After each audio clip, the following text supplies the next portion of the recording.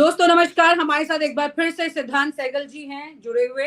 राज्यों के चुनाव है, इन राज्यों में किसकी जीत होगी, किसकी हार होगी, इसके आंकड़े और इसके सर्वे तो अब सामने आने ही लगे हैं थोड़े बहुत।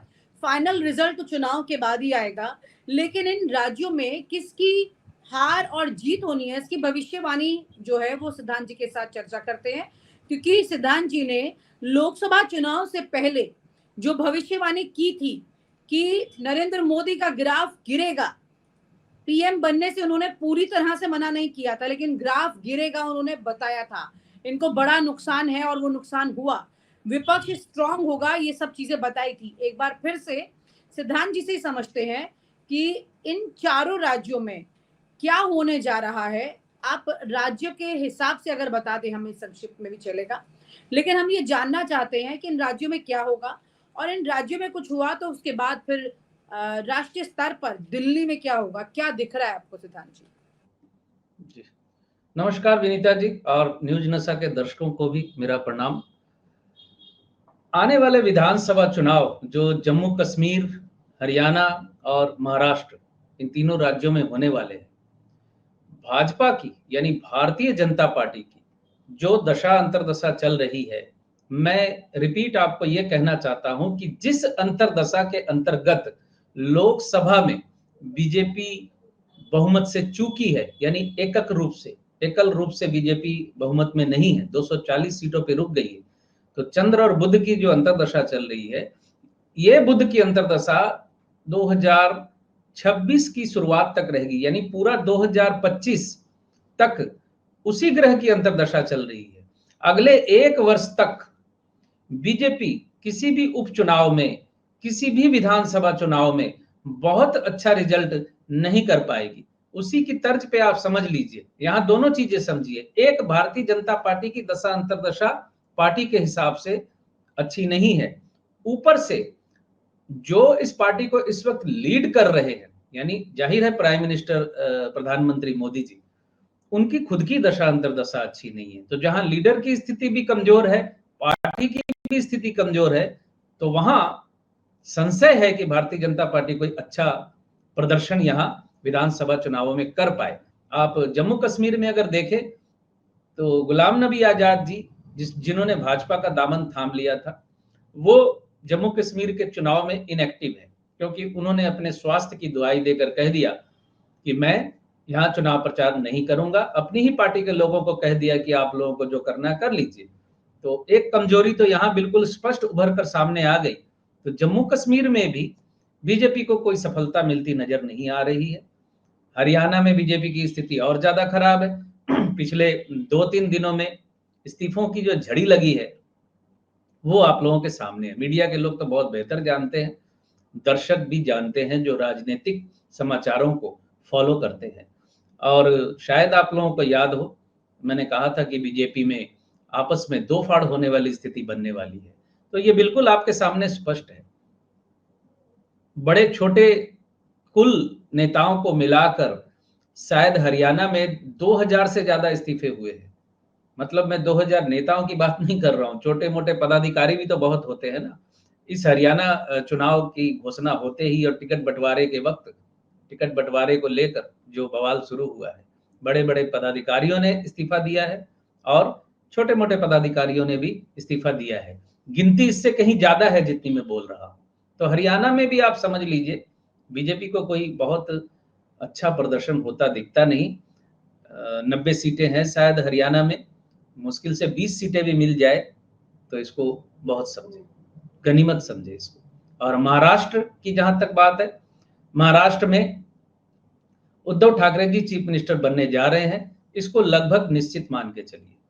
क्यों, मैं फिर रिपीट कहना चाहता हूं, दशा अंतर्दशा, जिस दशा अंतर्दशा को आधार बनाकर मैंने आकलन किया था कि लोकसभा चुनावों में उद्धव ठाकरे जी की पार्टी और शरद पवार जी की एनसीपी जो है अच्छा प्रदर्शन करेगी, तो लोकसभा चुनावों में इन दोनों पार्टियों ने अच्छा प्रदर्शन किया था।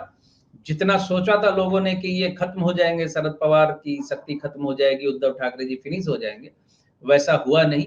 उल्टा एकनाथ शिंदे जी की शिवसेना और अजित पवार जी की जो एनसीपी उन्होंने तोड़ के अलग बनाई थी, उनकी हालत लोकसभा में खराब हो गई।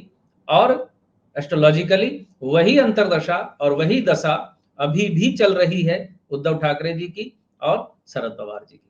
शरद पवार जी के ऊपर तो अब उम्र हावी हो रही है, दशा अंतरदशा अभी तक तो ठीक है, इसके बाद थोड़ी सी वीक आ रही है। लेकिन मुख्य बात जो सोचने समझने वाली ये है कि उद्धव ठाकरे जी की कुंडली की जो स्थिति है अगले 20 सालों तक स्ट्रांग है। अगले 20 सालों तक कह रहा हूं, इसको नोट करके रख सकते हैं दर्शक, अगले 20 सालों तक इनकी स्थिति अच्छी है। और वर्तमान में जो दशा अंतरदशा चल रही है फिलहाल जून 2025 तक बहुत अच्छी है, बहुत जबरदस्त है, उसके बाद भी अच्छी है। तो आप समझ लीजिए महाराष्ट्र चुनाव में इस वक्त जो भी प्रदर्शन होगा उद्धव ठाकरे जी का और शरद पवार जी का, या इसको महाविकास अघाड़ी की दृष्टि से अगर देखें तो ये अच्छा प्रदर्शन करेंगे और उद्धव ठाकरे जी चीफ मिनिस्टर बनने जा रहे हैं। 95% इसको कंफर्म समझ लीजिए।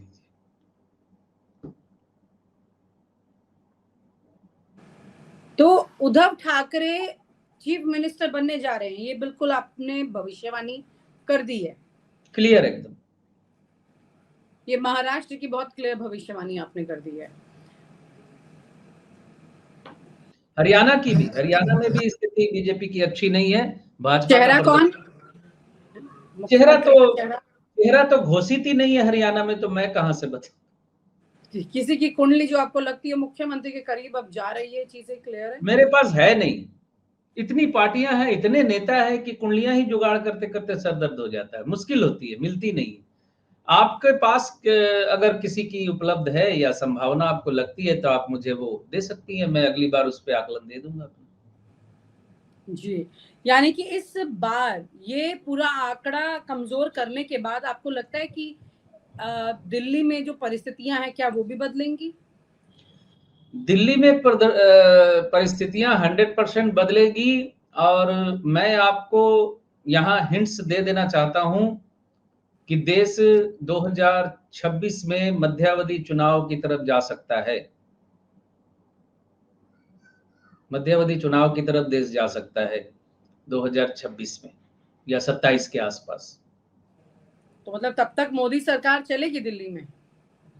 तब तक खींचे, क्योंकि मोदी जी ने ये घोषणा कर दी ना कि हम दबाव में काम नहीं करेंगे, जनता के पास चले जाएंगे। तो मोदी जी पे जो दबाव है सहयोगी पार्टियों का, किसी ना किसी दिन उनका ये प्रेशर कुकर फटेगा, तो वो हो सकता है कि चुनाव में चले जाएं।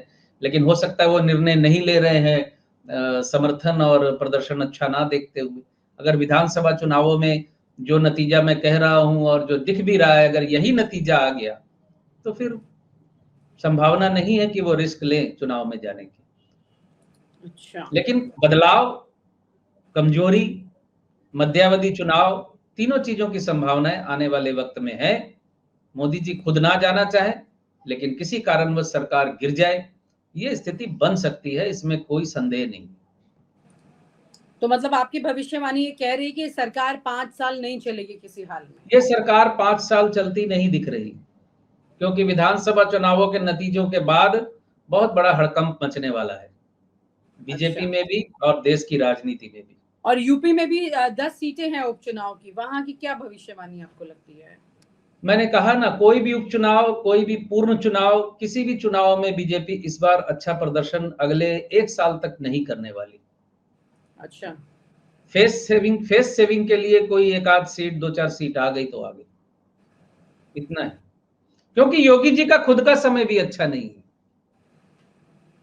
यूपी में उपचुनाव है तो जो लीडर है उसका समय भी तो फेवर में होना चाहिए ना। योगी जी का खुद का समय, खतरे के बादल मंडरा रहे हैं योगी आदित्यनाथ पर। मतलब जुलाई 2025 तक योगी जी का समय अच्छा नहीं है। अगर उसी के बीच में चुनाव होते हैं तो बहुत अच्छे नतीजों की आशा आप नहीं कर सकते। नहीं, यूपी में तो अभी लगता नहीं कोई चुनाव वाली परिस्थितियां सामने दिखाई दे। हाँ, लेकिन ये जरूर है कि उत्तर प्रदेश में उनकी कुर्सी कितनी बचेगी, ये अपने आप में एक बड़ा सवाल है। मैं बाई इलेक्शन की बात कर रहा हूँ। आपने कहा ना यूपी में बाई इलेक्शन है, उपचुनाव है, तो उपचुनाव में कोई बहुत बढ़िया, बहुत अच्छा प्रदर्शन होता नजर नहीं आता। अच्छा, तो वहां पर भी स्थिति जो है वो कमजोर रहने वाली है। जुलाई 2025 तक योगी जी की कुर्सी को खतरा है। जुलाई 2025 तक उनकी जो स्थिति अंतर्दशा जो चल रही है फेवर में नहीं है। जुलाई 2025 तक। और इसी में आपने बताया कि इन राज्यों में भी किसी में बीजेपी का कुछ भी अच्छा नहीं दिखाई दे रहा है, अच्छा प्रदर्शन होता नजर नहीं आ रहा, बस फेस सेविंग हो जाए उसी को मत माने। तो क्या इनकी कुंडली मतलब सबकी अलग अलग होती है अपनी कुंडली, ऐसे में बीजेपी का पूरा ग्राफ डाउन होना, क्या सबकी कुंडलियां डाउन हो रही होंगी इस वक्त? देखिए आप जिस जहाज में सवारी कर रही हैं वो पानी का जहाज अगर छिद्र होगा तो वहां 1000 लोग भी अगर उस जहाज में सवार है तो सब पे तो असर पड़ेगा ना। टाइटैनिक डूबा था, बचे थे कुछ लोग, सब तो मारे नहीं गए थे, लेकिन असर तो सब पे पड़ गया ना, थोड़ा बहुत कम ज्यादा। उसी जहाज से तो कोई अपने घर नहीं पहुंचा ना, लाइफ बोट में कूदना पड़ा, वहां से फिर किसी और ने उद्धार किया। किसी हवाई जहाज में अगर आप जा रहे हैं कोई प्रॉब्लम होती है तो जितने लोग सवार हैं उनको तो प्रॉब्लम होगी, क्योंकि बीजेपी अगर जहाज है तो बीजेपी की दशा अंतर्दशा ही अच्छी नहीं है ना इस वक्त, मेन बात ये है। और जहाज का जो पायलट है या कैप्टन है उसकी खुद की दशा अंतर्दशा अच्छी नहीं है, तो ये दोनों चीजों का इम्पैक्ट इस पे पड़ रहा है जी। यानी कुल मिलाकर के बीजेपी के ग्रह नक्षत्र जो हैं वो कमजोर दिखाई दे रहे हैं, कमजोर है। हाँ, मतलब ये 4 राज्यों के चुनाव के बाद तो काफी कुछ तस्वीर साफ हो जाएगी, ये पता लग जाएगा। जी बहुत कुछ जी बहुत कुछ बदल जाएगा। बहुत बहुत शुक्रिया सिद्धांत जी, ये तमाम भविष्यवाणियां जो हैं ये आपकी हम इंतजार करेंगे, ज्यादा दिन है नहीं, क्योंकि पहले हरियाणा के चुनाव की ही तस्वीर साफ हो जाएगी और उसके बाद फिर महाराष्ट्र की भी तस्वीर साफ साफ सामने आने लगेगी। कुल मिलाकर के अब मुख्यमंत्री जो हैं वो महाराष्ट्र में बदल जाएंगे, बीजेपी के नहीं होंगे, उद्धव ठाकरे हो जाएंगे और इससे बहुत बड़ा डायमेंशन चेंज हो जाएगा महाराष्ट्र में। महाराष्ट्र में जिस तरह से उद्धव ठाकरे की पार्टी को जिन संकटों का सामना करना पड़ा था, अगर उद्धव ठाकरे बने मुख्यमंत्री तो एक बहुत बड़ी तस्वीर साफ होगी और यहाँ पर बीजेपी को भी एक बड़ा सबक मिलेगा, क्योंकि तोड़फोड़ की राजनीति ज्यादा दिन नहीं चलती, इसके बाद उन्हें भी शायद अपनी रास्ता, अपनी राह जो है वो बदलनी होगी। बहुत बहुत शुक्रिया, थैंक यू सो मच सिद्धांत जी, थैंक यू सो मच। नमस्कार। और आप हमसे जुड़े रहने के लिए सब्सक्राइब करें YouTube पर, फॉलो करें Twitter पर और लाइक करें Facebook पर। और ज्यादा जानकारी के लिए आपको टाइप करना होगा सिर्फ न्यूज़ नशा।